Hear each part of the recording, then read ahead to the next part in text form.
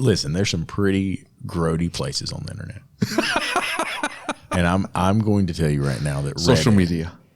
I'm going to tell you that Reddit is easily the worst. This video is brought to you by Shop-Ware. It's the shop management system that I use. It's the shop management system Lucas uses.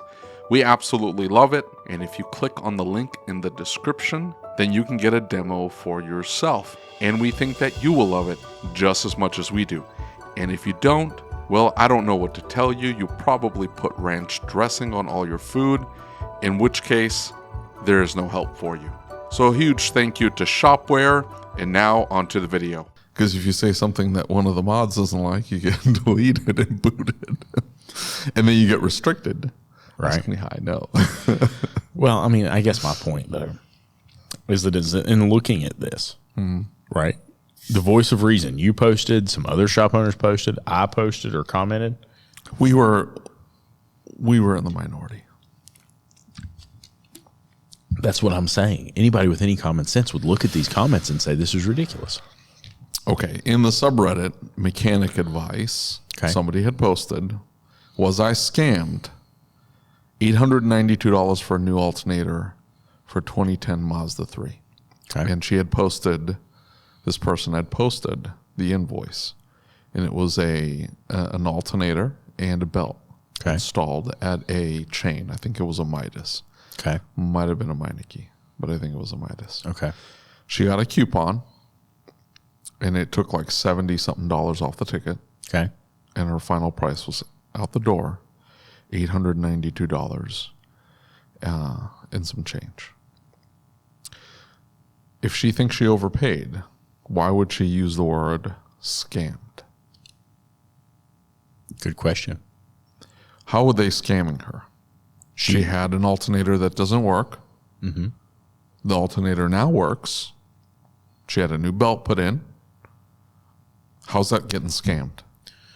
Well, I mean, it's the word that everybody uses if something happens you don't like, right? Like if you go to a business, like, I mean, I've never heard somebody say, well, McDonald's scammed me. They didn't put pickles on my cheeseburger. McDonald's scammed me. They left something out of my order. It would have been... A scam would be, I'm going to sell you 10 pieces of chicken nuggets, and I'm only going to give you 8. Intentionally. Intentionally, yeah. Every time. Every time. You're just not going to notice. That's a scam. Yeah. But even if they doubled or tripled the price of their chicken nuggets, if they're telling you, hey, 10-piece chicken nuggets is now $15, and you agree to pay for it. Right. So did she agree to pay for it? She agreed to pay for it. Yeah, she said yes. Okay. So it could not be a scam. Right, that's ruled out. That's ruled out from the get-go.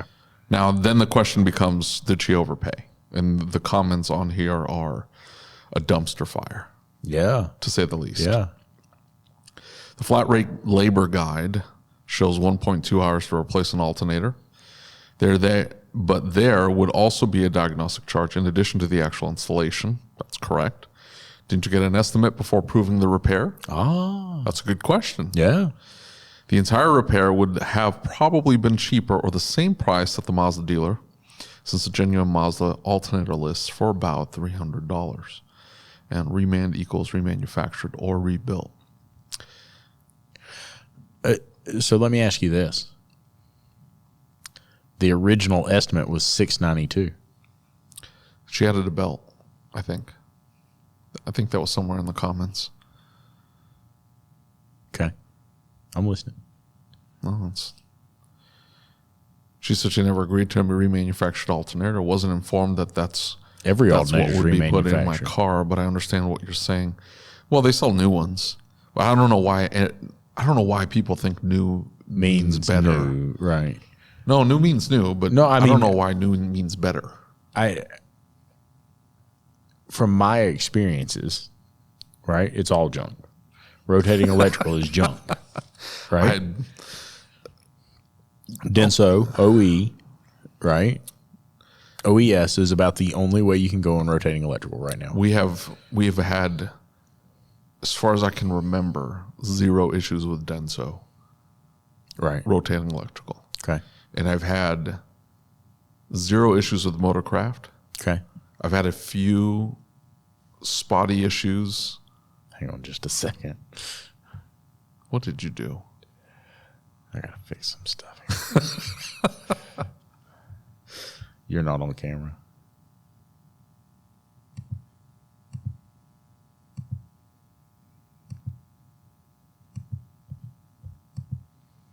Okay. Now, where were we? Are you at least recording? Because I can. This can all be edited. Yeah, I'm recording. Okay. I just wanted to be able to see you. Oh, so there was no camera feed at all? Yeah, there was a camera feed. You're good. You're lying to me. I can tell. Get that glazed look in your eyes. You're like, No, Dutch says I look down when I lie. what's that? So really, what happened? No, I just didn't have you up in SuperSource. No. Well, I don't know what that means, but as long as it's all being recorded on that little doodad, we're good. You'll be just fine. Okay. The ISO, the isolated fine. Okay. Anyway, I haven't had any issue with Denso rotating electrical. And what is that? Oh, it's next door. Is it? I don't know. It wasn't us. Pretty neat sound though, wasn't it? Motorcraft, I haven't had any issues. No, Occasional AC Delco, we've had a one or two conk out. Yeah. But that's about it. You know what I stay away from? What? Any of the parts store brands. Yes. You cannot use them. You can't use them. And there's only like 3. Yeah. Remy, like MPA. BBB or whatever. Yeah, BBA or BBB, whatever they call themselves. There's a brand called Vision OE. They're like a private label brand. They make a whole bunch of remanufactured parts. Did you see that post in ASOG the other day where somebody was commenting on the fact that like they had this whole pile from every vendor of all these returns? That is probably not the vendor's fault. That was my next sentiment because they were all different parts. It was now I will say they had a pile of brake calipers. I've had a rash of brake calipers. Dude, I think maybe I've had one warranty with brake calipers. None of the bolt holes are threaded or they've like painted inside the bolt hole. So the bolt. So you run a tap through it. No, like these are trash, dude. There's no way I can salvage them. Really? Yeah, these are like gummed up bad. Whose are you buying? I've used Napa and I've used Advance Auto. I buy exclusively Centric calipers. I don't have a source for them. See, that's the problem. Is I think you'll find spots regionally, but even then, all I know is that in my parts store days we had a warranty report, okay, and you could see all of your retail customers, your warranty percentage, and then you could see your installer customers, your shops, one by line. You could see shop A is at a 5% warranty rate. Shop B is at 32%. Right. And you knew who your problem shops were. Oh, yeah. And the shops that are finding themselves having to deal with a lot of failed parts need to look in the mirror and do a little self-reflection. So like the things we've ran into recently in my shop, right? Like I'm telling you about the bolts for the calipers. Sure. Right? I had one come in and Ryan's like, dude, there's no way I can put this bolt in this caliper and it's sealed. He's like, look, you can see where somebody's took a cutoff wheel and they've trying to cut the bolt out and cut the line off of the caliper and it's cut down into it. Yeah. You can see where they've drilled and extracted the old bolt and then they just sprayed it and like just painted over top of it. Wow. And so like I'm dealing with stuff like that. We dealt with a lot of Advance Auto Part brake problems. We were using their Platinum and their whatever rotor they sell with it. Okay. Because it's really all we can get. Okay. And so the way our brake evaluation works is we tell clients, if you approve while it's disassembled, there's no charge for the brake evaluation because it's the same job as disassembling the brakes, right? Yeah, yeah. And so we don't charge them. And so we will put those brakes for that vehicle on the shelf the day before, right? And so we like to have a source that we can get same day or pretty quick. And every single set of those boogers came back with a terrible pulsation. I'm not talking about one. I'm not talking about two. I'm talking about like 15 and 16 sets of brakes. Really? And so it was so crazy because the regional, like the CAM's like, no, we're not aware of any problems. We've not heard of anything. And then I talked to my other friend who's like, knows. Yeah. And she's like, man, I don't know why she'd tell you that. She's like, we definitely have problems. We know. Like, we know there's a brake problem, you know? There's zero doubt. And I think it would make everybody feel better if they would just, like, practice a little bit of truth. And I wonder if they don't try and keep their warranty percentages down like that. I don't know that would be a benefit to them because it almost introduces the excuse. Yeah. You know what I'm saying? Of course. Like, oh, it wasn't me, I guess. It wasn't the fact that I ugga-dugga the lug nuts on. Yeah. I guess it was those junk parts. And I don't know. I bet you they'll triple, quadruple their return rate if they say, hey, we found out we had a problem. I was supposed to just slide in a different vendor. Right. I don't know. Anyway, these the sentiment amongst these people were that a remanufactured or rebuilt alternator was of lower quality than a brand new one. Do you think it is? And no, not anywhere close. Now they deleted the invoice since then, but they installed an MPA rebuilt alternator, and MPA, I don't know, have been hit or miss. We sold a lot of them when I sold parts, and their warranty percentage overall wasn't any higher than anybody else's. Okay. We sold them exclusively. All the import alternators and starters were MPAs that we sold. Okay. The other domestics were Remis. So we didn't have that higher of a percentage. But this shop shouldn't have put the part number on the invoice. Agreed. And I don't know, like if the philosophy is turn the bay, then they're going to buy the part from whoever. We would have told the customer, hey, we need to put an alternator, we need to put a belt. The belt's going to be a Bando. That's what we're going to buy for you. And you okay? Yeah, I'll be fine. And the alternator is going to be a Denso. And it's going to take whatever, 3 days to get. So if you did that, okay, right? Let's say you do that, and she posts your invoice, it is going to be more expensive than the $892. So I calculated it out based on labor times, what we'd have charged. We would have charged for our charging system test, which isn't very much, like $70, something like that. Correct. And the installation plus the belt, installation of the belt and the alternator, there would have been a couple ticks for the belt. We would have been about the same, $892. Okay. And so do you think that the people on Reddit would look at yours and say... They would have said the same thing they're saying about Midas. Okay. Yeah. So you're acknowledging that the comments have nothing to do with quality. They have nothing to do with speaking from an informed position. So this is in a subreddit called Mechanic Advice. So a lot of the people that are on there, I guarantee you, are quote-unquote mechanics. And they're looking at it as, how much would it cost me to fix this car? And it's going to cost me $160 plus $25 for the belt. That's it. And some time.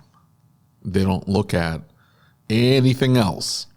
They don't look at that technician carries a salary with payroll taxes and workman's comp, and I've got to pay for that bay and the equipment and the SMS to build the estimate, and I've got to pay for all this junk. They're not looking at it like that. And all of their comments were based around, all of them were based around how much would it cost me to fix this car. And I don't think a one stopped to go, maybe there's a little bit more to this. Maybe there's a little bit more to this. I shouldn't just speak off the cuff. Because this person clearly, the person that posted this, didn't have any knowledge about vehicles, didn't know how to work on them, didn't have tooling, they have no idea. Okay. They had a broken car. They went into a shop, and $900 was a lot to them. And in their mind, they're going, was I taken? Okay. And so when you look at the comments and you go down through that list, is it the fact that it's aggressive or the fact that it's Reddit that makes it so aggressive? Is it because there is no filter on Reddit? There's no, it just, I've got them pulled up and I'm looking through it and it seems like everybody hates repair shops. Everybody is making the assumption, or at least saying that the price was too high. Remand equals remanufactured. It's not a new alternator. Nearly $500 for a remand alternator is a lot. Now, what are they basing that off of? Right. Like, based on what? All remand alternators should be far less than $500. A water-cooled alternator on a, what had a water-cooled alternator? 7 Series, didn't a 7 Series have a water-cooled? That thing should be, even remanufactured, that thing should be far less than $500. I mean, what are they basing that off of? Posts like this make me feel so much better. I know how to use a wrench and YouTube. Because that's the same. This is what I was talking about with Malin. I said everybody thinks that repairs are all equal. A repair is a repair. It doesn't matter whether that person has 30 years of experience and fantastic tooling and the correct information and the torque specs and all this other stuff. It doesn't matter. The grease monkey with the wrench and YouTube can do the exact same job, and the quality will be just the same. We just saw somebody get a 1-star review because they declined to work on a job that the client had started on. Remember that? I think so. I think it was in ASOG this morning. Mm-hmm. And the guy had decided to do his water pump that he needed to take the supercharger off of his GM product. And he broke all the bolts off in the intake. Nice. And so he went into the shop. He didn't tell them. They said, hey, we won't work on it if it's apart. You have to put it back together and bring it to us. Then we'll make the repairs. He brought it to him disassembled and said that he expected them to get the bolts out. And he's like, this guy leaves this really nasty, scathing review. And he says, they weren't even willing to accept a challenge. And like, I would think if you had a business, like you would want to make the money from this and accept this type of challenge because you're a professional and you should be prepared for a challenge like this. And so, you know what I mean? The guy got on there and he's like, listen, there's too much liability associated with trying to repair something that someone else took apart. I can't do that. I'm sorry. Yeah. But I mean, he got a 1-star review over it. And consumers have this belief that it's almost like it's getting worse that everybody thinks they're being taken.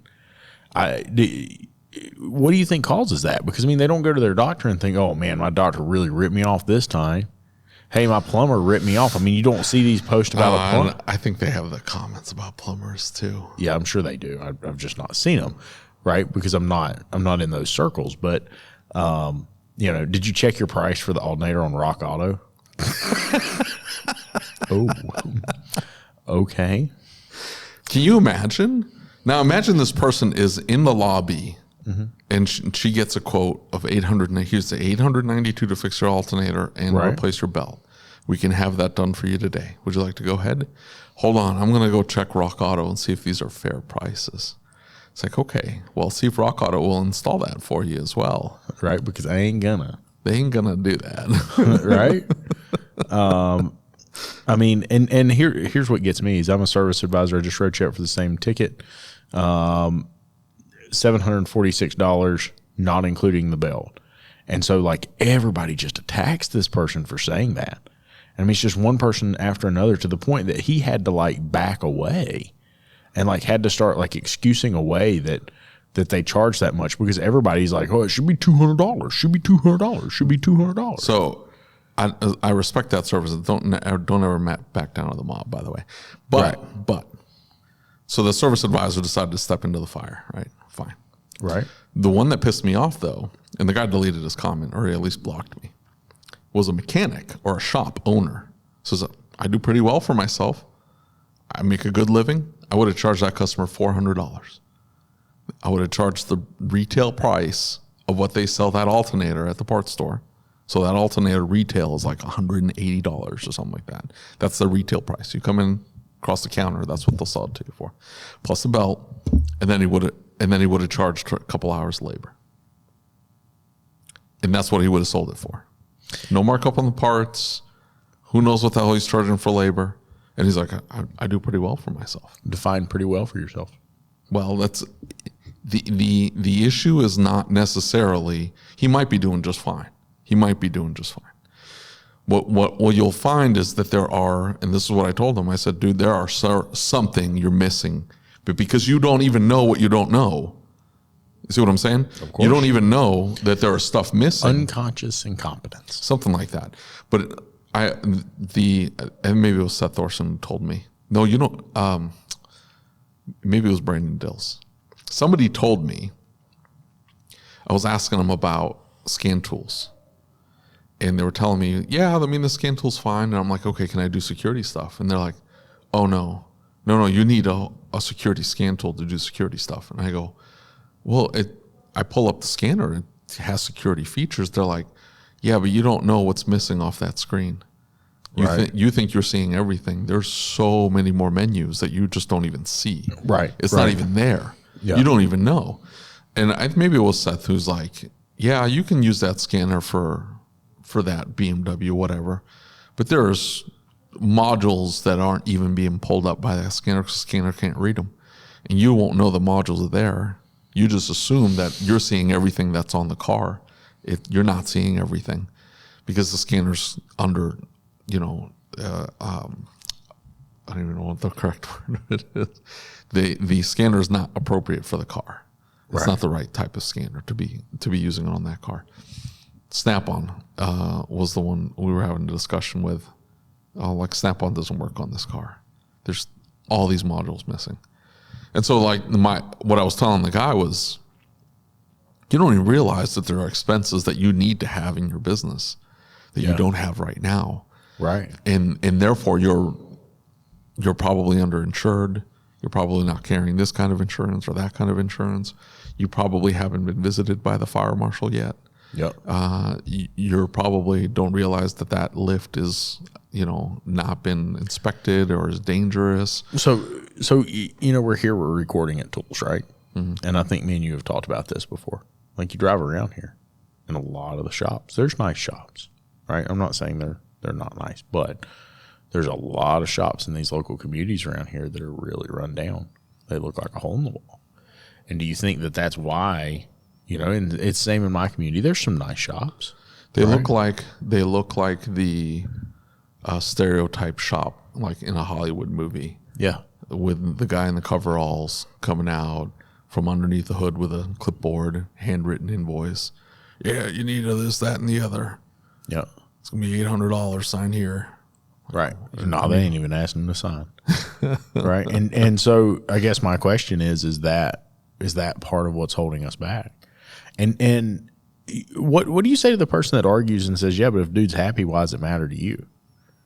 It's not that he's not happy. It's fine that he's happy. But my point to him was that you are in business, have to carry a certain level of expense that you aren't carrying. Somewhere, I'm going to find a hole in your business on the expense line. But something is off. Maybe so. But if he's okay with that, why? You can't be okay with it. You can't be okay with it. It's like, okay, fine. If you want to be okay driving without car insurance, you want to be that dirtbag that bangs into somebody and then bails because you didn't carry any insurance, you can be okay with that. But the whole of society is not. Everybody hates that guy. Don't be that guy. But he's being that guy, and he's okay with it. It's okay. It doesn't make it right. I agree with you. I don't disagree. But to those that say, like, hey, why is it any of your business to say anything about it? We can't force him to do that. So how do we fix that? If we can't, because there again, we've talked about this with shops around me, right? And most of the shops around me are really good people. I'm not saying anything bad about the shops around me, but there are some that are like, whoa, dude, right? And not insured and not protected and not, and it would be a waste of my breath to try and do anything about it because they wouldn't listen to me if I tried. Mm-hmm. But B, like, it almost looks like I'm being a jackass if I go and say something. Yeah. Right. So how do we counter that? How do we get past that? How do we get that shop that's like that? Either they either need to be out of the industry, or we need to elevate them and get them where they need to be in the industry. How do we do that? If they won't listen and we look like assholes. This guy was not interested in listening at all. Because, I shared with him the podcast. Check out this on YouTube. Reach out to Cecil. Reach out to Rick White. Reach out to Malin. There are industry professionals that are out there that are willing to help and set you up for success, right? And that means charging a certain price, and that means carrying a certain level of expenses. But, just thinking, like, what do you do with a mobile guy that can come and do that alternator for $400 and still be okay because he's not carrying the overhead that comes with a shop? Why not have the mobile guy do the work? And we were just reading about a shop that had customers complaining about an engine that got ruined because the timing was incorrectly done. Mm-hmm. And the claim against this shop was that they didn't have the tooling to do the timing job properly, and it ended up ruining this engine. And now they were in litigation. The shop was saying one thing, the customer was saying the other thing. And it got posted in ASOG. The story got posted. The person posted about the engine in ASOG. I did not see this in ASOG. Yeah, go look it up. Really? Yeah, the whole backstory's there. And what was the backstory? They bent valves, right? Because the timing was off? Mm-hmm. Said they bought all the right tools and everything else. They said they did? Yeah. Then how'd they mess it up? But so they bent valves, and they shipped it like that. They shipped it with the bent valves? Sure sounded that way. Go read it. But now this was a shop that just maybe a year ago, 2 years ago, was hailed as like the... Well, so it was a success story, but maybe they overstretched themselves. I'm not going to bash them for all that. No, of course not. Of course not. I see the shop that rather than spend the money on the tooling, will tell the technician, put some wrenches and some zip ties on it. Now, I have done plenty of zip tie and wrench holding for the cams. When it's appropriate, it's not a bad way to go.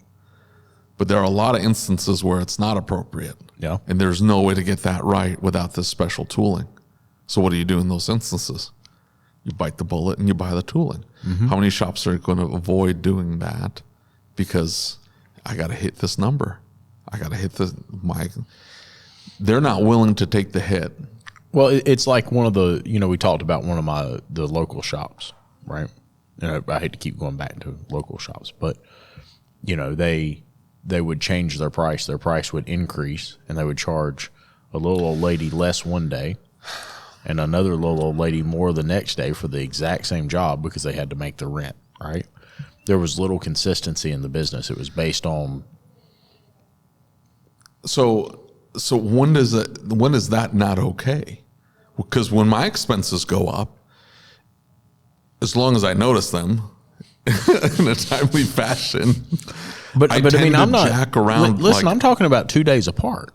I get that, but things are swinging wildly right now in pricing, and so if your rent is the same price, your rent is your rent, and I get that. Like you charge the first person $250. Was the example given that they had charged $250 to do brakes all the way around on this vehicle?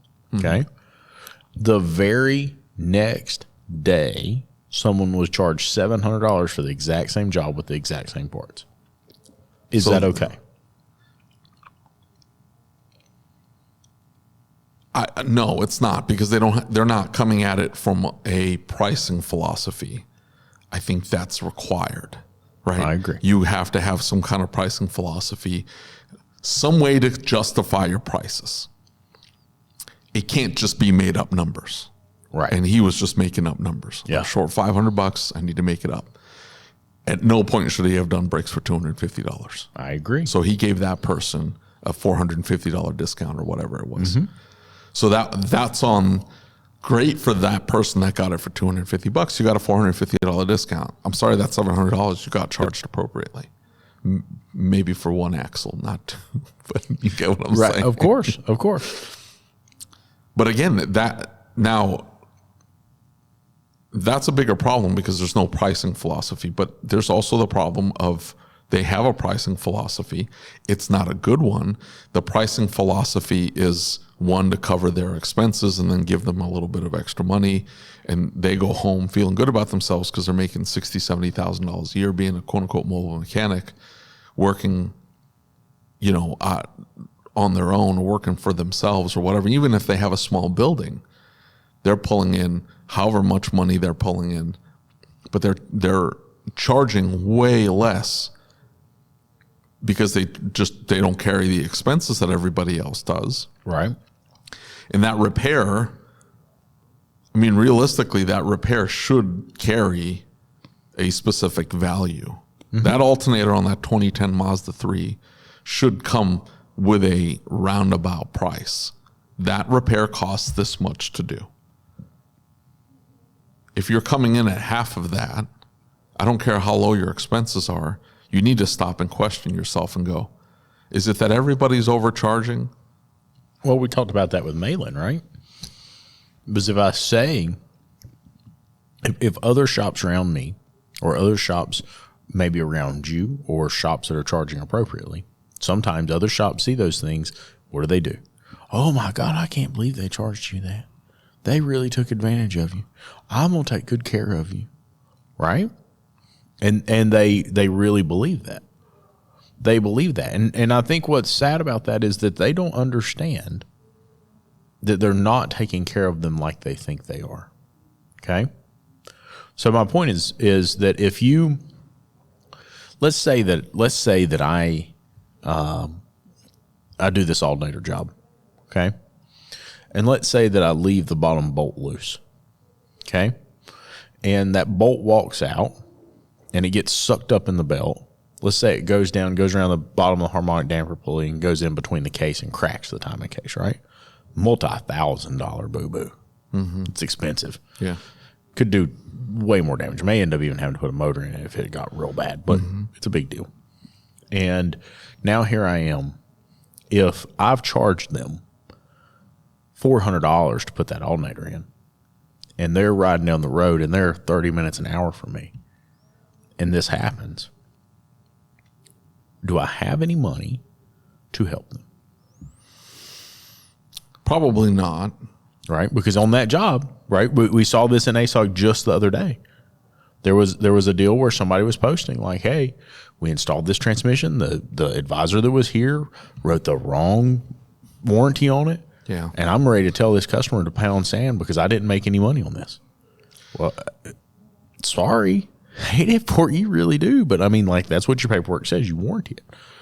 And so if the shop wasn't making money, in other words, if the shop wasn't profitable, They don't see it that way, though, because in their mind, they're making money. Look at Kyle. Kyle's a perfect example. Kyle's like, he's the prototype. Kyle thought he was making bank. right? Why? Because he lived extremely frugally, right? Yeah. And he was putting, $3,000 a month in his pocket that he was pulling out of the business. The business wasn't making any money. And he was running himself ragged, and he was just kind of shooting from the hip. Right.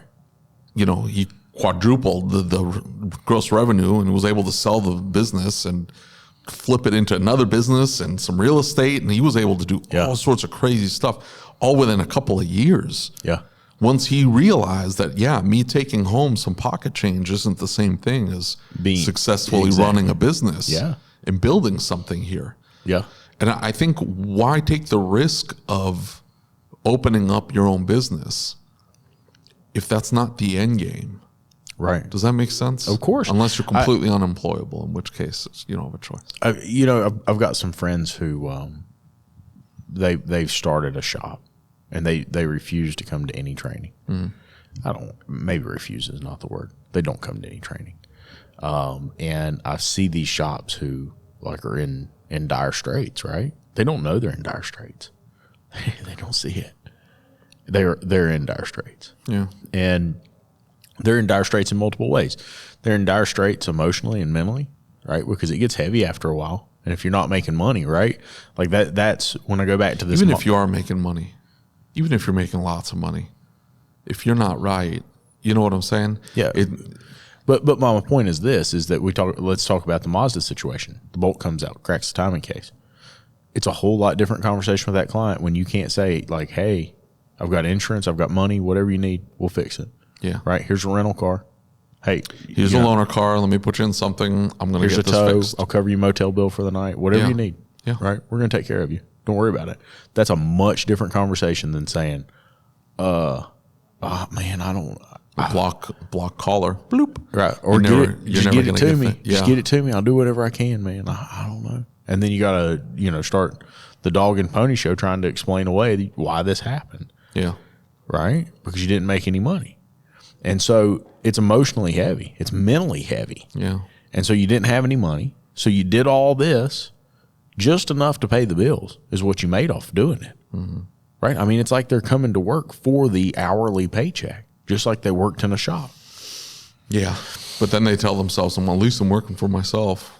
Nah, dude. No, that sucks. Yeah. I don't know why at that point.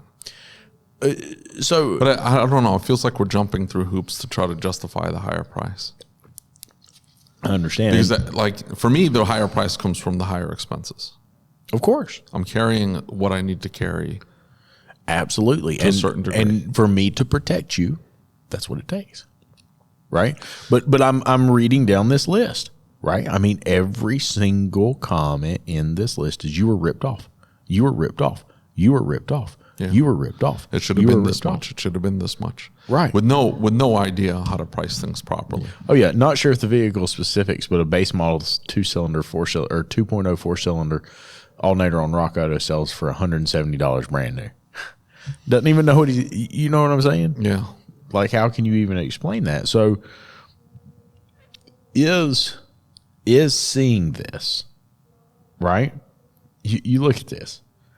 Is seeing this an indication of the general sentiment of the average consumer? Yeah. Yes. What does that mean for us? I think we're screwed. I think even the people that don't say that explicitly, I think they think it, or it's at least something in the back of their head the entire time. I don't think they ever get to a point where they're like, you know what, that person's, unless they get into the industry. Right. If they work in a shop. I've met a lot of people that are like, yeah, I used to work in a shop. I know how it is. You charge me whatever you got to charge. Right, yeah. Yeah, exactly. It takes 30 minutes to an hour to change an alternator. Dude. I mean, you know what I'm saying? Those are great.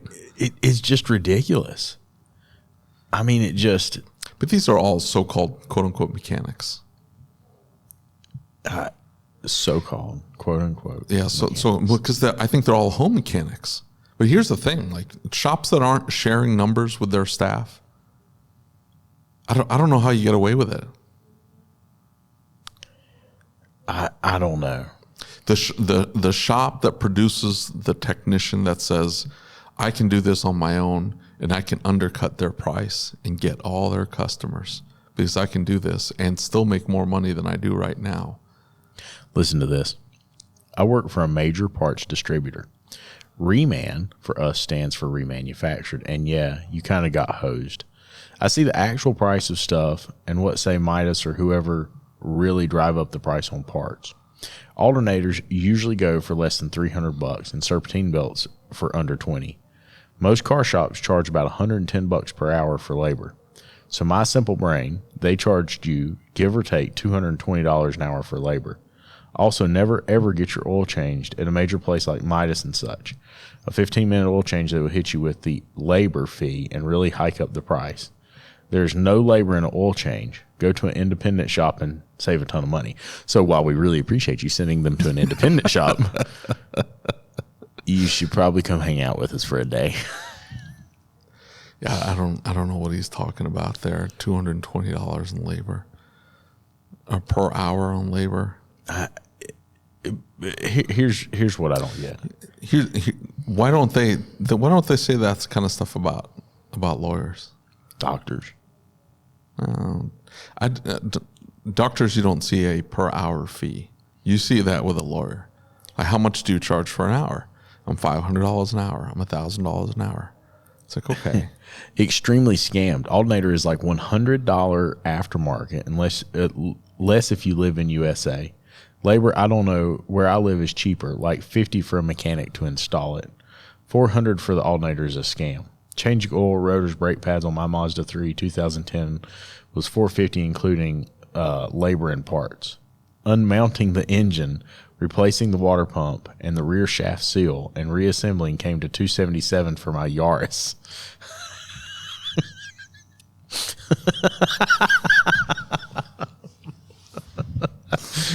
Okay.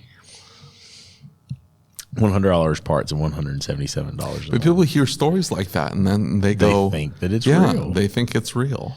It's like, no, your backyard mechanic probably did a hacky job installing those sketchy parts on your Yaris. Whoa! Who knew I would make it this far? They hated, they never believed me. Yeah, I would never drop the ball. I know I make it look easy. Yeah, Mayweather with the defense. I don't care what a critic got to say. I got them picking up the pieces.